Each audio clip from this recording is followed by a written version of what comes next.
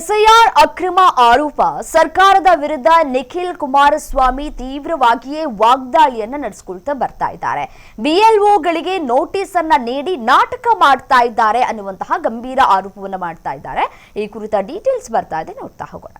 SIR ಅಕ್ರಮ ಆರೋಪ ಸರ್ಕಾರದ ವಿರುದ್ಧ ನಿಖಿಲ್ ಕುಮಾರಸ್ವಾಮಿ ವಾಗ್ದಾಳಿ ನಡೆಸಿದ್ದಾರೆ. ಬಿಎಲ್ಒಗಳಿಗೆ ನೋಟಿಸ್ ಅನ್ನ ನೀಡಿ ನಾಟಕ ಮಾಡೋದನ್ನ ಬಿಟ್ಬಿಡಿ, ಬಿಎಲ್ಒಗಳನ್ನ ಕೂಡಲೇ ಅಮಾನತು ಮಾಡಿ ಅಂತ ಹೇಳಿ ಆಗ್ರಹಿಸಿದ್ದಾರೆ.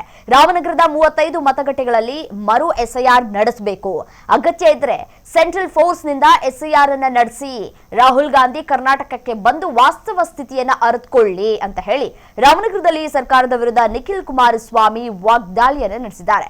ನೋಡಿ, ರಾಮನಗರದಲ್ಲಿ ಎಸ್ಐಆರ್ ಪ್ರಕ್ರಿಯೆಯಲ್ಲಿ ಭಾರಿ ಅಕ್ರಮ ನಡೆದಿದೆ ಅಂತ ಹೇಳಿ ಈ ಜೆಡಿಎಸ್ ಘಟಕದ ಅಧ್ಯಕ್ಷ ನಿಖಿಲ್ ಕುಮಾರಸ್ವಾಮಿ ರಾಜ್ಯ ಸರ್ಕಾರದ ವಿರುದ್ಧ ವಾಗ್ದಾಳಿಯನ್ನ ನಡೆಸಿಕೊಂತಾ ಬರ್ತಾನೆ ಇದ್ದಾರೆ. ನಿಖಿಲ್ ಕುಮಾರಸ್ವಾಮಿ ಅವರು ಈ ಆಯೋಗದ ಮಾರ್ಗಸೂಚಿಗಳನ್ನ ಉಲ್ಲಂಘನೆ ಮಾಡಲಾಗಿದೆ ಅಂತ ಹೇಳಿ ಆರೋಪ ಮಾಡ್ತಾ ಇದ್ದಾರೆ. ಕರ್ತವ್ಯ ಲೋಪ ಎಸಗಿದಂತಹ ಬಿಎಲ್ಒಗಳನ್ನ ಕೇವಲ ನೋಟಿಸ್ ಕೊಟ್ಟು ನೀವು ಅವರನ್ನ ಹಾಗೆ ಬಿಟ್ಬಿಡುವಂತಹ ಕೆಲಸವನ್ನ ಮಾಡಬಾರದು, ಅವರನ್ನ ಅಮಾನತು ಮಾಡಬೇಕು ಅಂತ ಹೇಳಿ ಒತ್ತಾಯವನ್ನ ಕೂಡ ಮಾಡಿದ್ದಾರೆ. ನೋಡಿ, ರಾಮನಗರದ 35 ಸೂಕ್ಷ್ಮ ಮತಗಟ್ಟೆಗಳಲ್ಲಿ ರಾಜ್ಯ ಚುನಾವಣಾ ಆಯೋಗವೇ ಖುದ್ದಾಗಿ ಎಸ್ಐಆರ್ ಅನ್ನ ನಡೆಸಬೇಕು ಅಂತ ಕೂಡ ಇಲ್ಲಿ ಆಗ್ರಹಿಸಿದ್ದಾರೆ. ಮತ್ತೆ ಅಕ್ರಮದ ವಿಡಿಯೋ ಸಾಕ್ಷ್ಯಗಳನ್ನ ರಾಜ್ಯ ಹಾಗೂ ಕೇಂದ್ರ ಚುನಾವಣಾ ಆಯೋಗಕ್ಕೆ ಸಲ್ಲಿಕೆ ಮಾಡಬೇಕು ಅಂತ ಹೇಳಿ ಆಗ್ರಹ ಮಾಡ್ತಾ ಇದ್ದಾರೆ.